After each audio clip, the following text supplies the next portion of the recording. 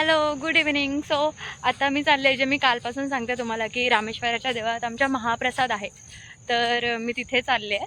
More than 500 लोक at a time महाप्रसाद घेऊन जातात. 100 किलोपेक्षा जास्त फक्त प्रसादाचा शिरा बनवायचा आणि पूर्ण सागरसंगीत जेवण असतं. लाईक भात, वरण, 2 प्रकारच्या भाज्या. आता भाज्या वेगवेगळ्या असतात दरवर्षी. तर हे सगळं आमच्या गावातले महिला मंडळ बनवतं आणि वर्षानुवर्ष चालत आलेली ही परंपरा आहे. लेट्स सी, आता आपण देवळाजवळ आलोय. ही आमची कमान आहे आणि ते पाठी दिसते ते कालिकेचं देऊळ दिसतंय आणि त्याच्या खाली रामेश्वराचं मंदिर आहे. ओ बघूया. बघा माझ्या पाठी हा साखरतरचा ब्रिज आहे, पाठी दिसतोय तो. आणि हे आमचं रामेश्वराचं मंदिर.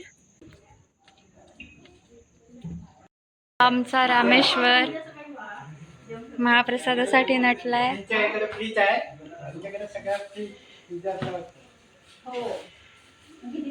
बघा किती गोड मूर्ती आहे. तर आमच्या मंदार दादाने छानपैकी सजावट केली आहे महाप्रसादानिमित्त पिंडीवरती. अजून त्याचं काही ना काही छोटं छोटं काम चालूच आहे. काय रे, सजावट पूर्ण नाही का झाली? अजून बाकी आहे. सो ह्या वर्षी आम्हाला फळांची सजावट सुद्धा दिसणार आहे. पोर्तुगीज कालीन जी घंटा आहे ती ही आहे. त्याच्यावरती पोर्तुगीजांचं चिन्ह सुद्धा आहे आणि ते साल लिहिलेलं आहे 1737. फ्रंट कॅमेरा ओपन असल्यामुळे तुम्हाला आता ते साल तसं उलट दिसेल. हो, पूर्ण रेंज आहे. अगदी आम्हाला असं रील वगैरे काय पोस्ट करायचं ना, घरी जास्त रेंज नसते ना, मग आम्ही देवळात येऊन पोस्ट करतो.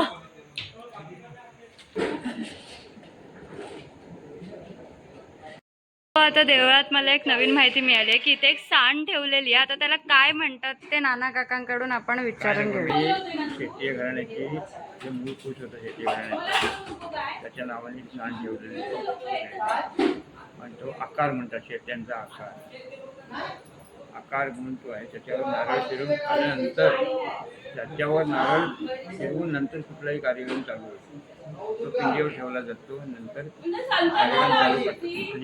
कुठलाही कार्यक्रम, महाशिवरात्र असो, नामसप्ताह असो, तर त्याच्यावर नारळ फिरवल्यानंतरच तो पिंडीवर ठेवला जातो. त्याचा उचलून घेतला जातो पहिला.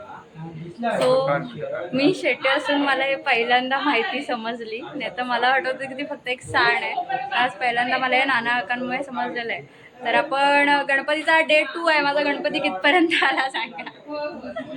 झालं तर बघून आलीस ना? मी बघून आले. आता आमच्याकडे फक्त 5 दिवस उरलात. बाय ना काका, 5 दिवस उरलात. तर 5 दिवसात माझ्या गणपतीचं काय काय होतं मला कळत नाही. मी आता आमच्या शेटे फॅमिलीमध्ये जे सगळ्यात ज्येष्ठ आम्ही ज्यांना मानतो, सगळ्या गोष्टींची सुरुवात आम्ही त्यांची पाया पडून करतो. तर वामन आप्पा आपल्यासोबत आहेत. तर आप्पा, महाप्रसादाविषयी तुम्ही काय सांगाल?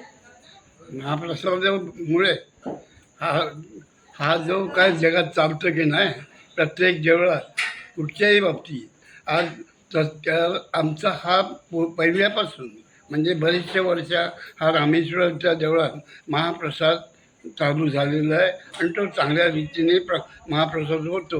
सकाळी 11 ते 5पर्यंत हा प्रसादाची वेळ. त्याशिवाय 7पासून 9पर्यंत येणारे लोक प्रसाद घेऊन जातात. बाहेरचे लोक जास्त करून आपल्याकडे येतात. आप्पा, किती दरवर्षी आपल्याकडे लोक जेवून जात असतील महाप्रसाद घेऊन? आपल्याकडे दरवर्ष 1 वाजल्यापासून पूर्ण लाईन लागते.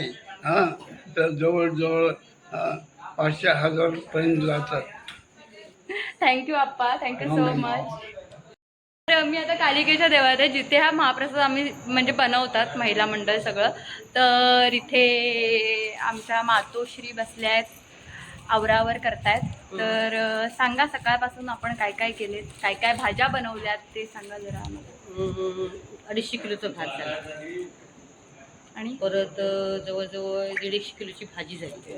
कुठची कुठची भाजी होती? फ्लावर, कुर्मा भाजी, कोबी भाजी, पापड, लोणचं, गोडी डाळ, परत श्रीखंड, लाडू, जिलेबी, पापड पापड झाला, पापड पण आणखीन परत काकडी, आता म्हणाली का की म्हणाला ती मिळालीला फोन द्या. ह्या दोघी मिळून सगळं नुसतं सांभाळत असतात का की दमलात दमले सगळ्या आता गेलेल्या त्यांच्या सकाळी सवय 8 वाजता आलेली आहे, समजलंस ना.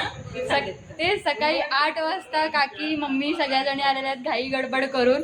अजून आमचे शरद काका मला भेटलेले नाही आहेत, तर ह्या सगळ्या आता आवरावर करतील आणि मग घरी जातील दमून थकून.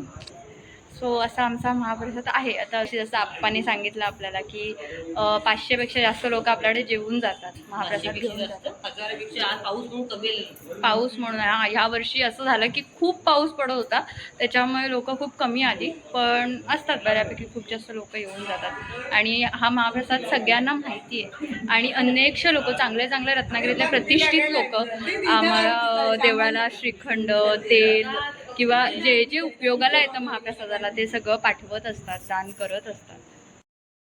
भेटली मम्मी फायनली महाप्रसाद घेताना, उपवास सोडताना. अशा प्रकारे महाप्रसादाची सांगता सुद्धा झालेली आहे. अनेकशे लोक जेवून गेलेत, मी स्वतः जेवले, आम्ही पाणी सर्व केलं, सगळ्या बायका सगळे आमचे दादा काका सगळेजणच सगळ्यांनी खूप मेहनत घेतली आणि हा शेवटचा सोमवार आमचा महाप्रसाद संपन्न झालेला आहे. तर पुढच्या वर्षी नक्की तुम्ही या रामेश्वर कालिका मंदिर काळबादेवीला श्रावणी सोमवार शेवटचा. आणि असं नाही की गावासाठीच महाप्रसाद असतो, हा महाप्रसाद सगळ्यांसाठी असतो, तर तुम्ही नक्कीच भेट द्या. थँक्यू.